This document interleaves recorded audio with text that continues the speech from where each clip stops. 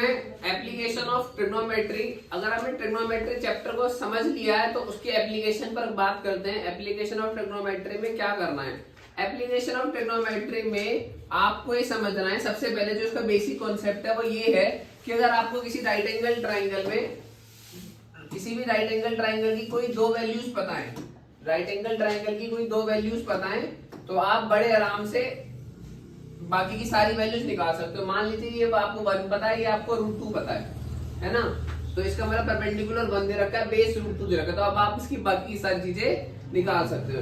√2 ना लेकर √3 ले लेते हैं, ठीक है। तो अगर आपको ये 1 है, ये √3 है, तो Pythagoras theorem, with the help of Pythagoras theorem हमने हाइपोटेनस निकाला। कितना आएगा हाइपोटेनस? 2। कितना आएगा?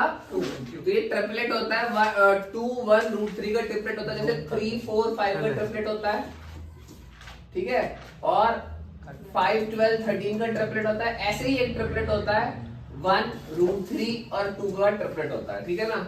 अगर ये 1 है, ये √3 है, 2 is the largest side in right angle triangle, तो 2 क्या कहलाएगी? हाइपोटेनस कहलाएगी। अब आपने कहा ठीक है, हमें पता है साइन थीटा का फॉर्मूला। अगर ये एंगल थीटा है तो साइन थीटा का फॉर्मूला क्या कहलाएगा? बताइए, साइन थीटा क्या होता है? Perpendicular upon hypotenuse, that will be 1/2 sine theta. Cos theta क्या होता है? बताइए, कॉस थीटा क्या होता है? बेस अपॉन हाइपोटेनस, तो बेस कितना कहलाएगा? √3/2। और टेन थीटा कितना होता है? 1/√3।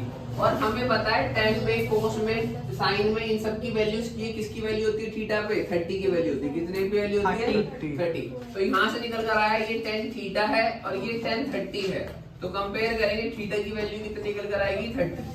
तो ये वाला एंगल कितना डिग्री का निकल कर आया? 30। ये 90 है, तो ये वाला कितना हो गया? 60।